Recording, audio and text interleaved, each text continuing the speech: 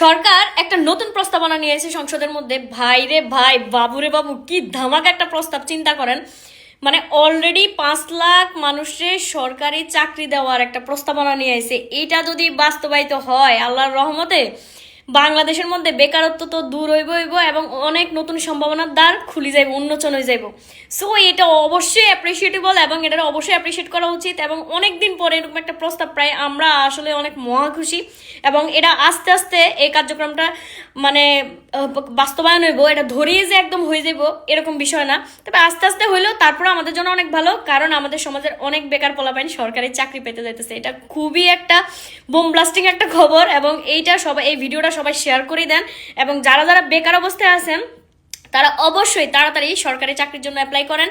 এবং হচ্ছে যারা সত্যিকার অর্থে মেধাবী তারা কিন্তু অবশ্যই চাকরিটা আপনারা কি লুফে নিতে পারবেন।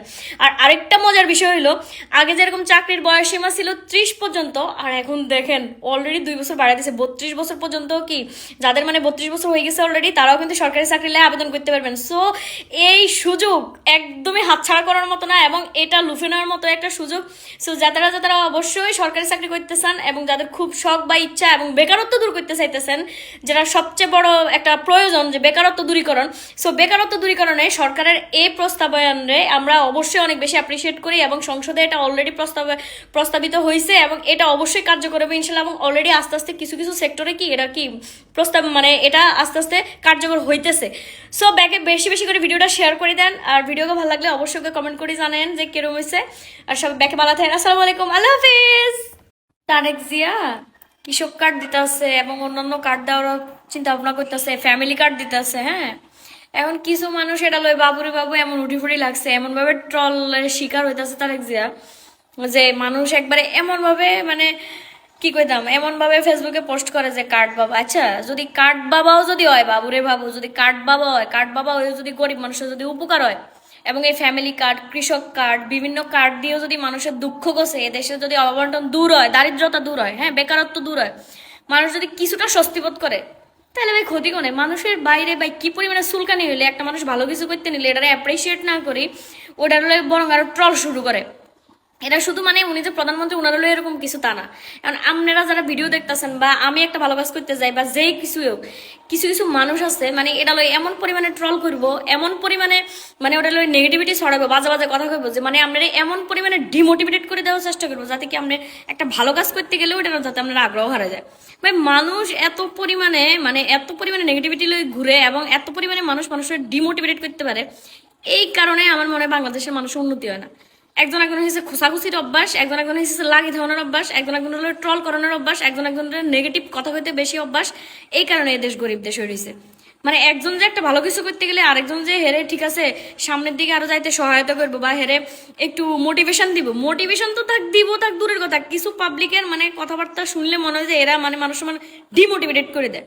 বা একটা মানুষ ভালো কাজের চেষ্টা করতেছে বা সে চিন্তা করতেছে একটা কিছু ভালো কিছু করবো মানুষের লাই, তারা তো সুযোগ দেওয়া উচিত। সুযোগ না দিয়ে আরো উল্টা তাদের ট্রল করা শুরু হয়ে গেছে, উল্টা তারে আবার কাঠ বাবা উপাধি দেওয়া হইতেছে, এই সে হ্যান ত্যান। কে আরে বাবা ভাই রে ভাই, হ্যাঁ কিনলে এত এত সমস্যা মানুষের মনের মধ্যে, মানুষের মনের মধ্যে এত হিংসা ভরা কেন?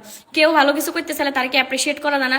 চেষ্টা করতে তো সমস্যা নাই, সে কাঠ বাবা হোক আর যাই যে বাবাই হোক, সে তো আসলে দেশের জনগণের জন্য কিছুটা উন্নয়ন করতে আগে কিছুদিন যাইতে দেখি, কয়েকটা মাস যাক, এরপরে এসব কথা কন। যদি দেন যে না কোনো কিছুই কার্যকর হইতেছে না, বেডাউনও ক্ষমতা চাইছে মাত্র 2টা মাসও ভালো মতো গেল না, এর মধ্যে আমাকে শুরু হয়ে গেছে চুলকানি।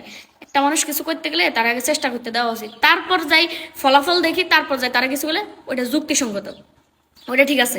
হুদাই ট্রল না করি, মানুষটারা অ্যাপ্রিসিয়েট করার চেষ্টা করেন, দেশের জনগণের ইনশাল্লাহ ভালো কিছু এবং উন্নতি আসবো দেশের মধ্যে। এটা সবার জন্য ভালো, সবার জন্য কল্যাণ করবো ইনশাল্লাহ। সেরকম খোসাখুচি বাদ দিই, মানুষের পেলে মোটিভেশন দেন। হ্যাঁ, এরকম ডিমোটিভেটেড না করে দিই, ভালো ভালো মোটিভেশন দেন যাতে মানুষ আরো সামনের দিকে আগে যেতে উৎসাহ পায়। এটা যে কোনো কারো ক্ষেত্রে হইতে পারে, আপনার আশেপাশের মানুষ যদি ভালো কিছু করতেছে তারও উৎসাহ দেন, ডিমোটিভেটেড না করে। ঠিক আছে, এবারে ভালো থাকেন, ভিডিওকে ভালো লাগলে শেয়ার করে দিন। আসসালামু আলাইকুম, আল্লাহ হাফেজ। অভিনন্দন পেতে পারে, পাশাপাশি সকলে যারা অংশগ্রহণ করেছে সকলকে অভিনন্দন আমরা জানাতে পারি। এবং আমি এই প্রতিষ্ঠানটির শুভ কামনা করছি, ভবিষ্যতে এই প্রতিষ্ঠানটি যাতে আরো বর্ধিত হতে পারে, আরো ব্যাপক পরিসরে এই আয়োজনটি করতে পারে, সেটির জন্য আমি একজন নির্বাচিত জনপ্রতিনিধি হিসেবে আমার জায়গা থেকে সর্বোচ্চ করে যাব। আপনাদেরকে ধন্যবাদ জানাই। এখানে অনেকেই আমি মনে করি বেশিরভাগই এই ঢাকা 6 আসনের ভোটার অথবা তাদের পরিবারের সদস্য বৃন্দরা এখানে উপস্থিত হয়েছেন। আপনাদেরকে আন্তরিকভাবে ধন্যবাদ এবং কৃতজ্ঞতা, এবং আজীবন আমৃত্যু আমি যতদিন বেঁচে থাকবো আপনাদের প্রতি কৃতজ্ঞ থাকব। কারণ আপনাদের ভোট, সমর্থন, দোয়া, ভালোবাসার মধ্য দিয়েই আমি নির্বাচিত হয়ে জাতীয় সংসদে যেতে পেরেছি। এবং আমাদের আজকের যিনি মাননীয় প্রধানমন্ত্রী জনাব তারেক রহমান আমার উপর আস্থা রেখেছেন এবং আমাকে মুক্তিযুদ্ধ বিষয়ক মন্ত্রণালয়ের প্রতিমন্ত্রীর দায়িত্ব দিয়েছেন। এটিও আমার জন্য একটি অত্যন্ত গৌরবের বিষয় যে মুক্তিযুদ্ধ বিষয়ক মন্ত্রণালয় একটি অত্যন্ত সম্মানের জায়গা। যে কেউ চাইলেই এই মুক্তিযুদ্ধের সাথে সম্পৃক্ত এখন হতে পারবে না। আমার বাবা মরহুম সাদেক হোসেন খোকা, উনি একজন গেরিলা মুক্তিযোদ্ধা ছিলেন। 1971 সালে ওনার বয়স ছিল 19 বছর। 19 বছর বয়সে তিনি দেশকে স্বাধীন করার জন্য শহীদ রাষ্ট্রপতি জিয়াউর রহমানের স্বাধীনতার ঘোষণায় উনি উদ্বুদ্ধ হয়ে মুক্তিযুদ্ধে ঝাঁপিয়ে পড়েন এবং ঢাকার বুকে অনেকগুলো গেরিলা অপারেশন করে তিনি মুক্তিযুদ্ধে ওনার অবদান তিনি রেখেছিলেন। তা আমরা জাতির শ্রেষ্ঠ সন্তান মহান মুক্তিযোদ্ধাদেরকে আমি চিরকালই আমরা গভীর শ্রদ্ধা ভরে স্মরণ করব।